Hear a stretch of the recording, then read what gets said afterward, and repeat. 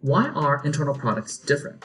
Well, a lot of the product management best practices that are out there are really focused on external facing products, right? When we talk about how do we want to do A/B testing, when we talk about doing user interviews, when we talk about usability studies, etc., a lot of these are all really focused on external products. But one of the challenges is that when we're working with internal products, we don't really have an external set of customers because all of these customers are actually our own internal stakeholders. And what that does is it creates some challenges because then our company doesn't really feel that we have any sort of objective metrics. Lots of times, internal products don't really have any sort of real revenue generation on their own.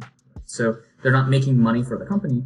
A lot of times they're actually seen as a cost center by leadership instead of a center of excellence. On top of that, internal products typically have lots and lots of different kinds of end users and stakeholders. In fact, many times, when you're building an internal product, right, whether that is some sort of internal productivity tool, whether that's some sort of platform, you're basically forced to serve all of these different stakeholders in a way that you're not typically constrained to for an external product. An external product, you get to say, this is the product market fit that I want to drive. These are the segments I want to prioritize. These are the segments I'm going to deprioritize.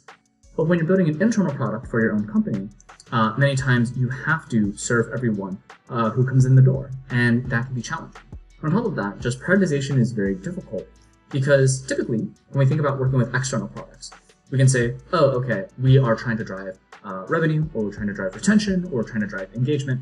And from that perspective, typically we can boil things down into some metric, and then we can say, okay, we're going to prioritize the things that move the metric the most. But for internal products, it's quite hard to prioritize because lots of different initiatives come at you, and they all have vastly different criteria. You're not really able to boil them down to the same thing. But even though there are all of these different challenges that come up when we work with internal products, for me, based on my own experiences in leading both external products and internal products, I found the most successful internal products are not necessarily those where we say, we have to have moved some metric, but really instead those that empower our internal stakeholders to maximize their impact and do their best work. If we are able to make sure that our stakeholders are unblocked, that they can go do the work that they need to go do on our product, then we know that we've been successful. And so I think that then is really kind of the North Star that we're moving towards as we are managing our internal